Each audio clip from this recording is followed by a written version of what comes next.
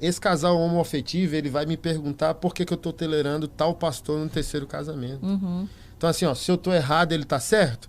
Uma coisa não justifica a outra, mas é isso que o pessoal usa como arma. Sim. Aquilo que a igreja não está testemunhando de bom. Você está no canal Filhos do Rei. Se inscreva e ative as notificações para não perder nenhum conteúdo. O pastor Anderson Silva rasgou o verbo em uma entrevista e disse tudo o que pensa sobre os diversos escândalos do meio gospel. Confira.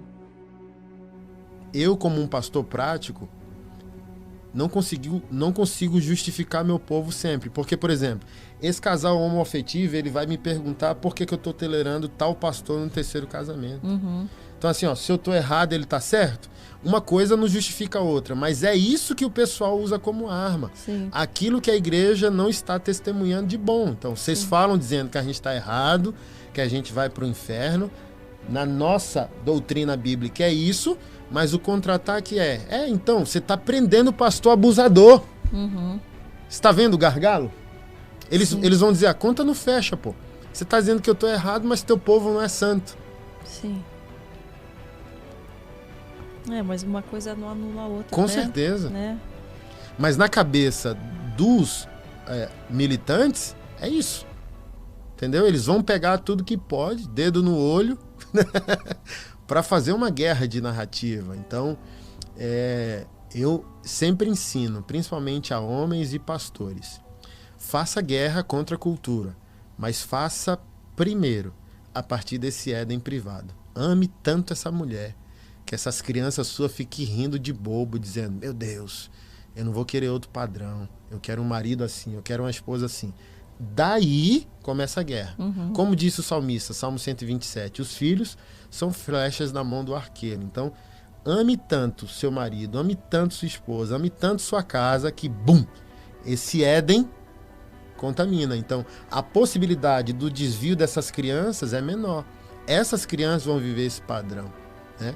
Então, assim, a Keila já trabalha isso na cabeça dos meninos. 7 anos, o Thiago já está ouvindo que é um casamento, que idade, olha só, eu não falei isso.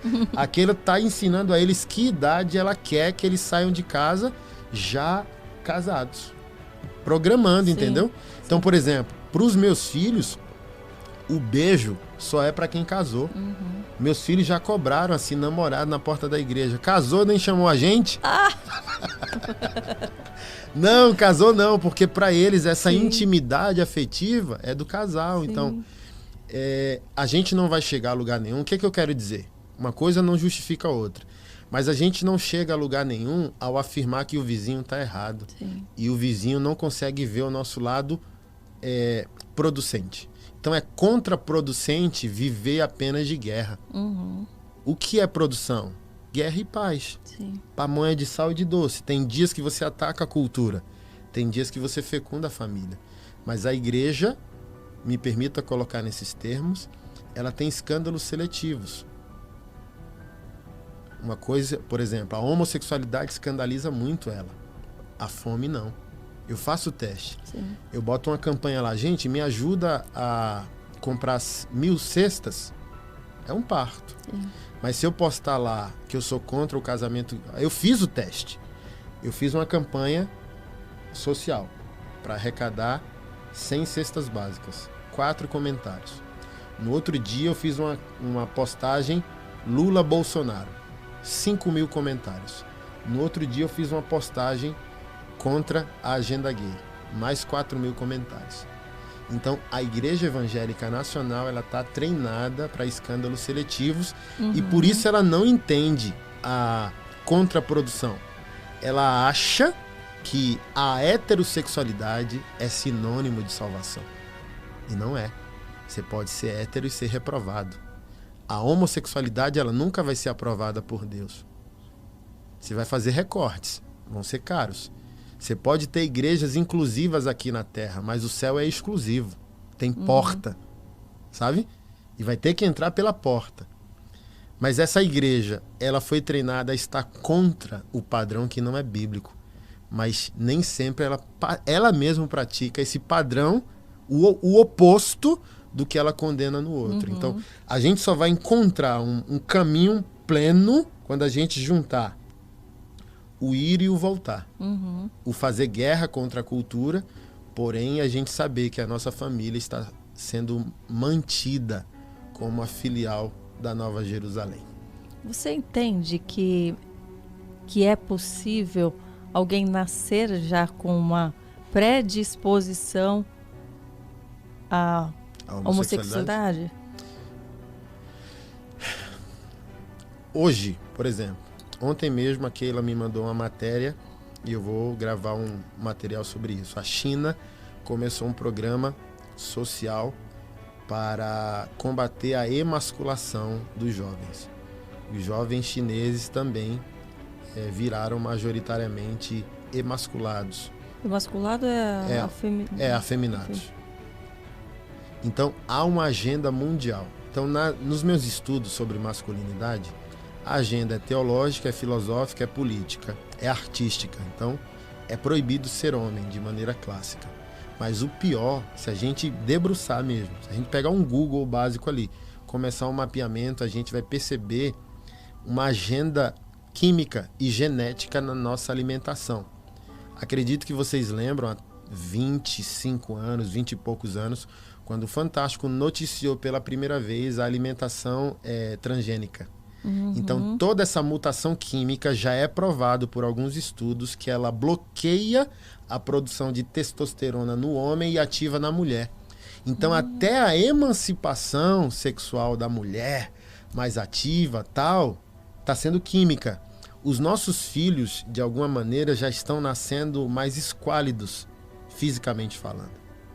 Necessitando de reposição de GH, de testosterona, essa sensibilidade já no espírito da época, comum aos nossos filhos e netos agora.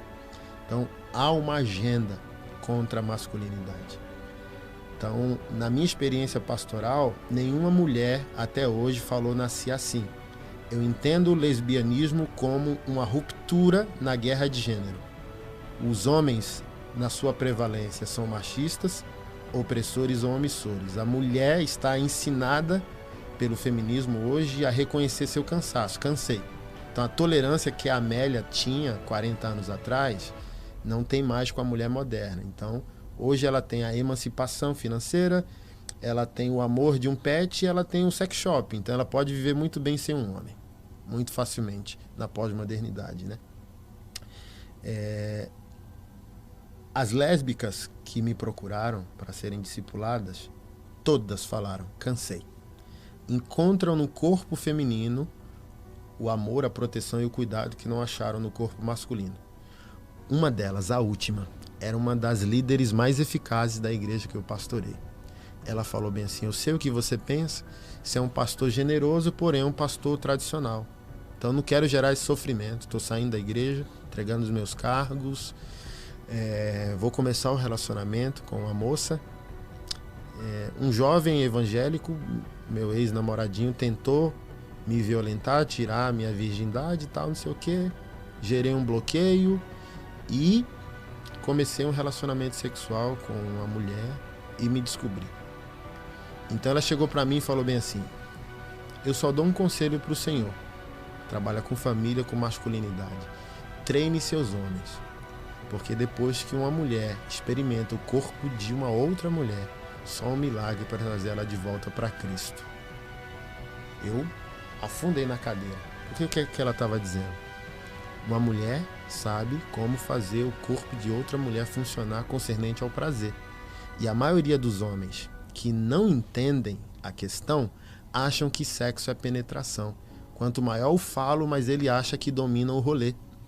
E a mulher tolera um relacionamento abusivo, tóxico, por inúmeros fatores. Proteção financeira, manutenção da família, manutenção religiosa ou da reputação social daquela família. Porém, talvez, assim, eu já sentei com mulheres que dizem, eu nunca tive orgasmo, eu não sei o que é ter prazer nesse relacionamento.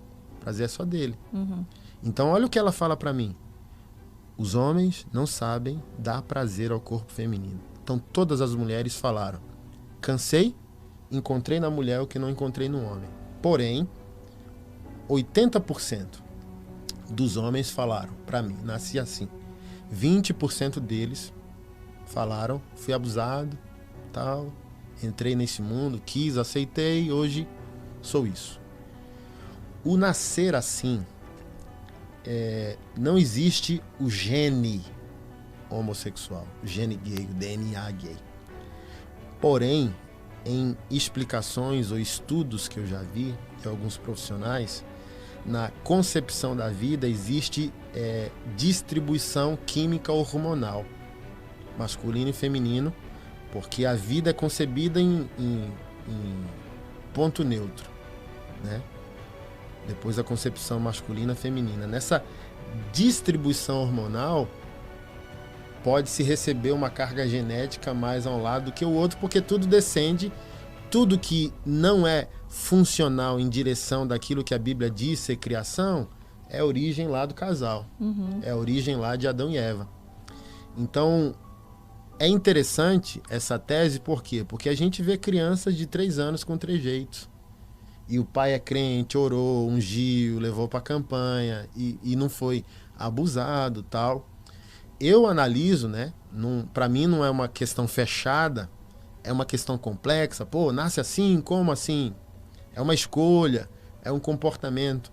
Mas essa agenda também química, atacando o plano final de Deus, que é a família, e a família se torna inviável se o homem for desconstruído, pode também estar afetando essa questão de maneira química, e o homem já nasce com esse sentimento homoafetivo. Como eu disse aqui nos bastidores, homoafetividade ainda não é homossexualidade. Homossexualidade é atividade sexual. Homossexualidade é atividade sexual. Homoafetividade é o sentimento homossexual. Então, os homens pós-modernos têm sentimento homoafetivo, mesmo que nem todos sejam homossexuais.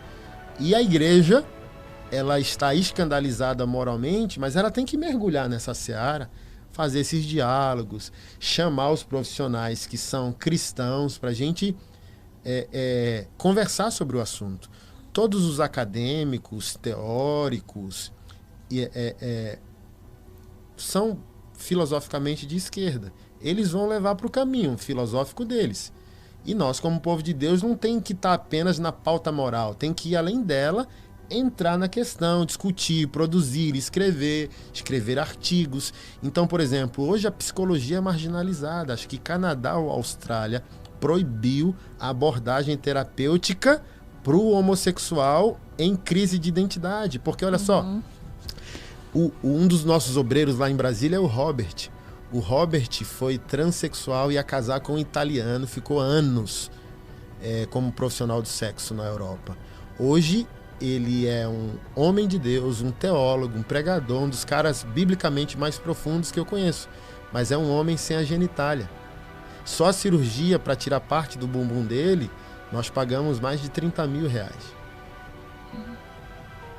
Entende? Então, assim, ó, é um assunto muito caro e muito profundo para a gente ficar tratando só no aspecto moral, certo e errado. Entra na seara, estuda a alma humana, vê todos os meandros dessa questão, sabe? E não apenas ficar reagindo ao que a esquerda está definindo como família. É para a gente entrar e produzir como o pessoal está produzindo. Porque, por exemplo, ele foi para um debate na Rede TV, aí um psiquiatra secular falou, não existe ex-gay. Aí ele falou bem assim, então eu sou um fantasma. eu sou um espectro aqui, sou um fantasma. Então, olha que interessante. Esse pessoal de Deus existe, o ex-trans, o ex-travesti, o ex-gay, mas a igreja ainda ela está na infância da causa, porque ela ainda está na pauta moral da configuração das coisas, sabe? Quando a gente tem que se aprofundar. E, como eu estava falando, a marginalização da psicologia. O conselho de psicologia aqui no nosso país é proibido. É tomado filosoficamente pelas teses que retiram Deus da equação. A perspectiva de Deus não é bem-vinda. Então, assim, ó, para mim, na minha pergunta, cadê o melhor psicólogo desse país cristão interferindo, produzindo, escrevendo artigos? peitando o Conselho de Psicologia. Existe. Tá aqui a tese. Cadê o cientista cristão para quebrar as narrativas?